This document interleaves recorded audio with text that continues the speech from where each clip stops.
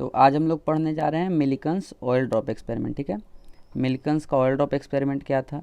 तो after the discovery of electron, जैसा कि हमने पिछले क्लास में पढ़ा था कि हमको E/m का रेशियो तो पता चल गया था, जो जे थॉमसन ने एक्सपेरिमेंट किया था उससे हमको E/m का रेशियो पता चल गया था, बट हम लोग को ना E का वैल्यू पता था और ना ही m का वैल्यू पता था। इन दोनों में से कोई भी हम लोग को नहीं पता था। तो after the discovery of electron by J Thomson, it was very important to measure the charge of electron. Charge of electron जो था इसको मेज़र करना बहुत इंपॉर्टेंट था, क्योंकि इसके बिना आगे कोई भी कैलकुलेशन, हम लोग किसी भी तरीके का अप्रॉक्सीमेशन नहीं कर सकते हैं कि आगे क्या करना है। तो चार्ज ऑफ इलेक्ट्रॉन बहुत इंपॉर्टेंट था। तो ये जो था, ये दो साइंटिस्ट थे, फ्लेचर और मिलिकन। इन्होंने दोनों मिल के एक एक्सपेरिमेंट किया जिसको कि कहते हैं Millikan's oil drop experiment. Millikan's का जो ऑयल ड्रॉप एक्सपेरिमेंट था इन दोनों ने मिल के किया था। और इसी एक्सपेरिमेंट के बाद जो इन दोनों ने था, इलेक्ट्रॉन का चार्ज निकाल पाया कि इलेक्ट्रॉन पे कितना चार्ज होता है। ठीक है, तो they perform the famous oil drop experiment. ठीक है, which gave us charge of an electron. ठीक है, experiment which gave us charge of an electron. अब देखते हैं कि एक्सपेरिमेंट था क्या, ये कैसे किया गया था। तो हमने कौन कौन से साइंटिस्ट थे, फ्लेचर एंड मिलिकन, जिन्होंने एक्सपेरिमेंट किया था। ये देखिए पूरी तरह से उसका सेटअप है।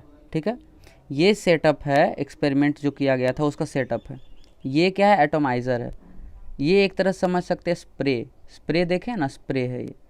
यहाँ से बहुत ही छोटा छोटा ड्रॉपलेट्स नीचे गिराया जाता था, बहुत छोटा छोटा ड्रॉपलेट्स। एटोमाइज़र मतलब लगभग रिलेटिव टू एटम के साइज़ का, एटम से थोड़ा थोड़ा बड़ा, लगभग उसी साइज़ का। यहाँ से ड्रॉपलेट्स फेंका जाता था, यहाँ से स्प्रे किया जाता था।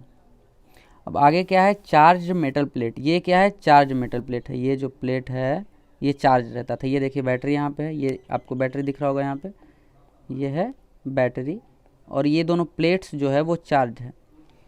ये भी चार्ज मेटल प्लेट है, ये भी चार्ज मेटल प्लेट है। यहाँ पे माइक्रोस्कोप था और ये लाइट था। ये एक पूरा बंद सिलेंडर टाइप का एक ट्यूब था, उसमें किया गया था। तो ये एक माइक्रोस्कोप था जिससे कि यहाँ से देख रहे थे, ये यहाँ से ऐसे करके देख रहे थे कि, और यहाँ पे एक छोटा सा छेद था। ये जो छेद है एक छोटा सा छेद था जहाँ से एक एक दो दो करके नीचे गिर रहा था ये ऑयल ड्रॉपलेट्स नीचे गिर रहा था। उसका साइज बहुत छोटा था। तो उससे यहाँ पे क्या था ना कि एक दो ड्रॉपलेट्स को देखने में बहुत आसानी था कि उस पर उसका साइज क्या है और उसके साथ हो क्या रहा है, नीचे आ रहा है या वो ऊपर जा रहा है। अगर बहुत सारा आता तो कुछ ऊपर जाता, कुछ नीचे जाता, इसलिए देखने में प्रॉब्लम होता। इसलिए छेद को बहुत छोटा किया गया था। और यहाँ से जो इलेक्ट्रॉन नीचे आ रहा था वो आसानी से देखा जा रहा था कि वो नीचे आ रहा है या ऊपर जा रहा है। इसके लिए बहुत इंपॉर्टेंट था, क्योंकि हमने जो ये इलेक्ट्रिक फील्ड, ये जो बैटरी लगाया था, तो इस चार्ज प्लेट से इसीलिए लगाया था ताकि ये ऊपर नीचे जाए।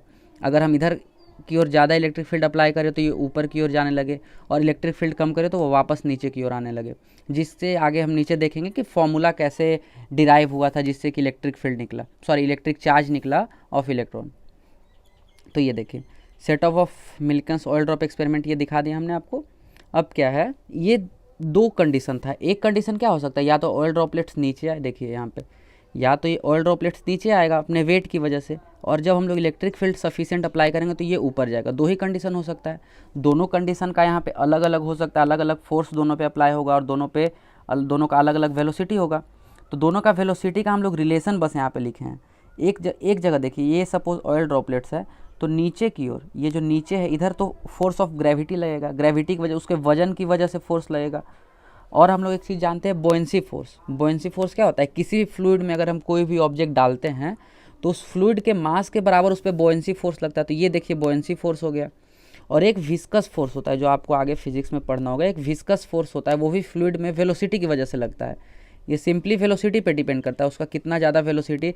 जैसे आपको एक एग्जांपल देते हैं, आप हवा में दौड़ते हैं, जैसे आप साइकिल चला रहे हैं, हवा में अगर आप साइकिल ऐसे करके चला रहे हैं और हवा आपके अपोजिट साइड बढ़ता है तो आपको एक अजीब सा फोर्स फील होता है, ड्रैग भी उसको कहते हैं। और आपको अजीब सा एक फोर्स फील होता है जो आपको पीछे की ओर खींचता है। उस तरह का एक फोर्स होता है विस्कस फोर्स, जो कि फ्लूइड में वेलोसिटी की वजह से जनरेट होता है। तो यहाँ पे हम लोगों ने लिख लिया Fg का वैल्यू क्या होता है, मास का वैल्यू क्या होगा, वॉल्यूम इंटू डेंसिटी। ये है देखिए फ्लूइड का वॉल्यूम, और ये है डेंसिटी, और ये m into g is equal to v into rho into g, velocity volume into उसका डेंसिटी इंटू ग्रेविटी। ये हो गया इसका मास Fg mg। अब बुओयेंसी फोर्स क्या होता है, वॉल्यूम इंटू डेंसिटी इंटू जी, ये वॉल्यूम हो गया, ये डेंसिटी इंटू जी हो गया। अब क्या है, एफ वी, यहाँ पे किसका डेंसिटी है, यहाँ पे डेंसिटी है फ्लूइड का, जो एयर है वहाँ पे, रो ए मतलब हो गया डेंसिटी ऑफ एयर। बुओयेंसी फोर्स तो फ्लूइड के डेंसिटी के अनुसार लगता है ना, तो डेंसिटी ऑफ एयर हो गया रो ए। और यहाँ पे किसका डेंसिटी है, वो ऑयल ड्रॉपलेट्स का density, rho not is equal to density of oil, वो जो तेल का ड्रॉप है उसका डेंसिटी होता है रो नॉट, ठीक है। और यहाँ पे विस्कस फोर्स का ये फॉर्मूला होता है, ये ज़्यादा सोचने का बात नहीं है, आगे आप लोग को डिराइव करके दिखाया जाएगा नेक्स्ट चैप्टर जो भी आपका फ्लूइड में आएगा। 6 पाई आर, और ये ईटा एक सिंबल होता है जो विस्कोसिटी, कोएफिशिएंट ऑफ विस्कोसिटी इसको कहते हैं, और ये V1 जो वेलोसिटी से वो नीचे गिर रहा है, ये V1 है जो वेलोसिटी से वो नीचे गिर रहा है, वही विस्कस फोर्स इतना के बराबर होता है। आगे क्या था, FE, इलेक्ट्रिकल फोर्स क्या होता है, इलेक्ट्रिकल फोर्स हो जाता है चार्ज इंटू इलेक्ट्रिक फील्ड, तो E into q, q charge है तो is equal to q into E, q हो गया इलेक्ट्रॉन का चार्ज, तो जो इलेक्ट्रिक फील्ड हो गया, force due to electric field हो गया क्यू इंटू ई हो गया। अब इसको जब हम लोग कैलकुलेट करते हैं, ठीक है, इसको जब हम लोग कैलकुलेट करते हैं तो सबसे पहले हम लोग आर का वैल्यू निकालते हैं। आर का वैल्यू आ गया Q by two eta V1 rho naught minus rho a by g, ये आ गया आर का वैल्यू।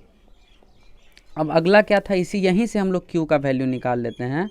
क्यू का वैल्यू हो गया 9 पाई डी, ये 9 है, 9 pi d V1 plus V2 by v under root 2n cube V2 rho naught minus rho a by ji.